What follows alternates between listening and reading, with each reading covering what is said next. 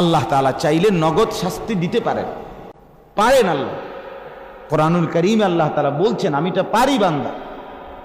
লাউ ইউআখিদুল্লাহুন নাসা বিমা কাসাবু মা তারাকা আলা যাহরিহা, বলেন মানুষগুলোকে যদি আমি তাদের পাপের কারণে নগদ ধরতাম, তাহলে ঘাড় সোজা করে কোন সৃষ্টি আমার জমিনের উপরে সোজা হইয়া হাঁটতে পারত না। একদিনের ফিডা খাইয়াই সোজা হইয়া গেল,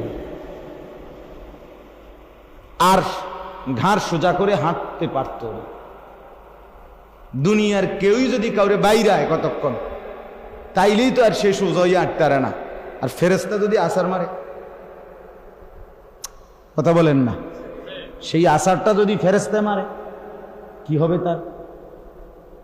এক ফেরেশতারে দিছে জিবরিল আলাইহিস সালামকে আল্লাহ দায়িত্ব, একটা পুরা এলাকা কওমে লূত